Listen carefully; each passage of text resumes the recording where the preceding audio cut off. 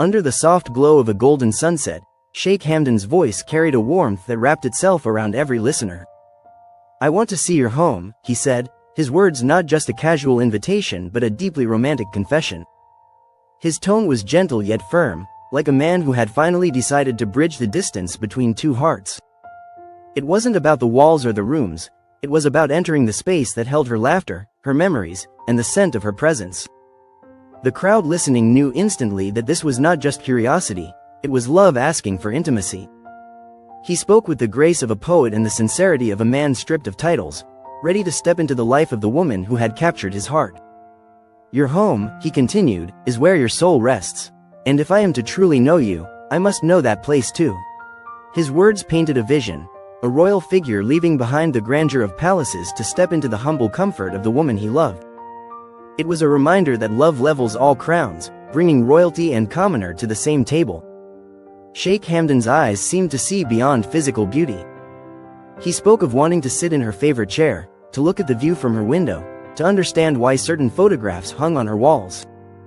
"Every corner tells me something about you," he said, "and I want to listen to those silent stories." It was a declaration that love was not about grand gifts alone, but about sharing the simplest, most personal truths. The audience was captivated as he described how her home would tell him the story of her childhood dreams and quiet prayers. "I want to see the place where you wrote your first letter, where you cried your first tears alone, where you laughed without holding back," he whispered. It was a vision of him stepping into her life with reverence, not as a ruler, but as a man in love. Then, his voice grew softer, as if addressing her directly rather than the crowd. "I imagine your home smells of jasmine and books," he said with a tender smile. "I imagine your kitchen carries the warmth of your hands, and your walls hold the echo of your voice. If I am to love you fully, I must walk through those rooms and let them speak to me." His words were so vivid, they made listeners feel as though they, too, were being invited into that sacred space. He spoke of wanting to take off his royal shoes at her doorstep, to feel the ground she walked on every day. "If I am allowed to enter," he continued, "I promise to carry the same respect as I would in a palace, because in my eyes, your home would be my palace." The humility in his statement stirred emotions, showing a love that sought not to change her world, but to honor it. The sheikh described how he would sit with her in her living room, not as a guest of honor but as a man eager to share quiet moments. "We could drink tea from your favorite cups," he said, "and you could tell me why those cups matter to you." He spoke with an intimacy that made even strangers believe they had witnessed the unfolding of something rare and sacred. As the evening light dimmed, his tone turned poetic. "Your home," he said, "is the mirror of your soul. Every curtain, every book, every flower in the vase carries your touch. And I want to know you not just through words, but through the life you have built when no one was watching." It was a confession that he valued her authenticity more than appearances. He painted the picture of walking through her garden, touching the leaves she had watered, smelling the flowers she had planted. "I would know then," he said softly, "what kind of beauty you choose to nurture when the world is not looking." His eyes seemed to glisten with the thought of discovering her private sanctuary. Sheikh Hamdan also spoke of wanting to see her family photos, not out of curiosity but to understand the roots that shaped her. "When I see their smiles," he said, "I will understand your smile. When I see their strength, I will understand your courage." It was an acknowledgement that love embraces the past as much as the present. Then, with a faint laugh, he admitted he wanted to see her messy mornings, her unplanned days, the version of her that the world didn't get to witness. Because, he said, that is when love is real, when it accepts the unpolished moments as much as the perfect ones. His honesty drew soft sighs from the audience. He promised that his visit would not be to judge or change, but to feel. "I would sit by your window and watch the world from your view," he said. "I would see how you see, hear how you hear, and perhaps then, I will understand your heart better than any poem could describe." As the speech drew to its close, Sheikh Hamdan's final words lingered like a melody in the air. "Your home is where your heart rests, and I want to rest beside it." The way he said it made it clear, this was not a request, but the truest expression of devotion he could give.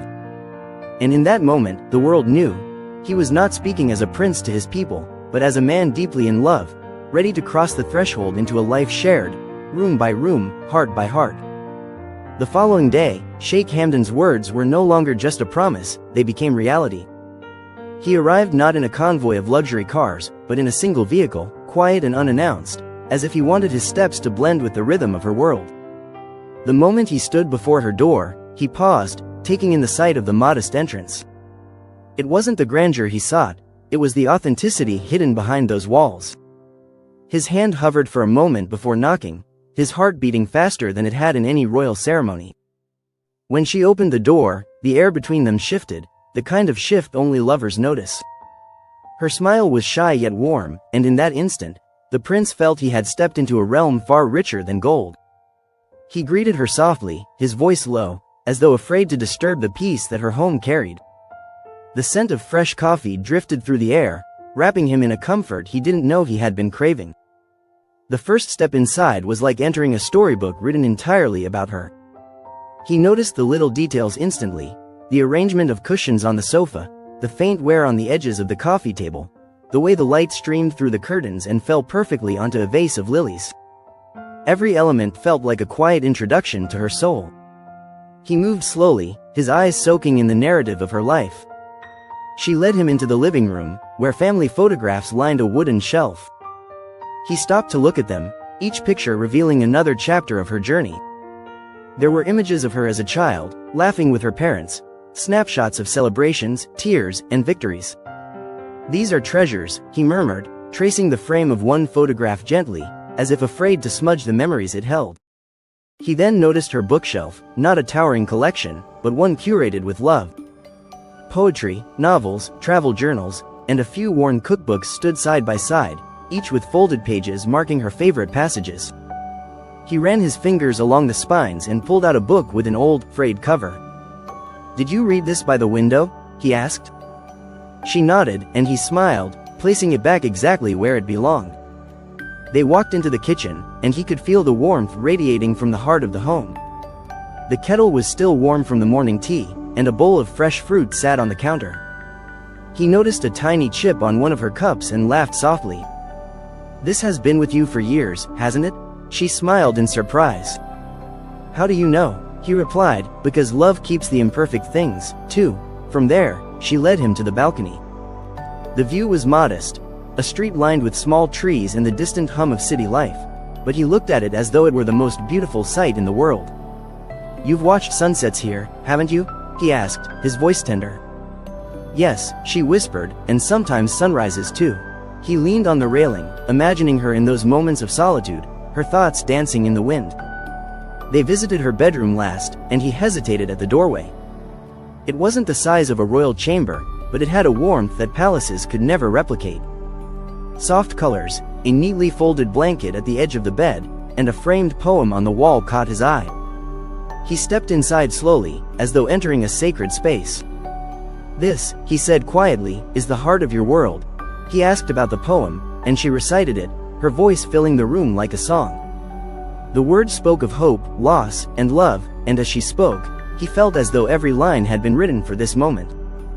When she finished, he said nothing at first, simply looking into her eyes with a depth that spoke more than words ever could. She offered him tea, and they sat at the small table by the window. The world outside faded into the background as they spoke about dreams, fears, and the little joys that made life worth living. He found himself forgetting titles and duties. Here, he was simply a man listening to the woman who held his heart. Before leaving, he asked if he could step into her garden. It was a small patch of green, with potted plants and a single rose bush. He knelt beside it, touching the soil gently. "This is where you keep your peace," he said softly. "It shows in the way these flowers bloom, they trust your care." His words made her cheeks flush with quiet pride. As he stood to leave, he turned to her and said, "I came to see your home, but I have found something greater. I have seen your heart." She looked at him, her eyes shimmering with emotions too vast for speech.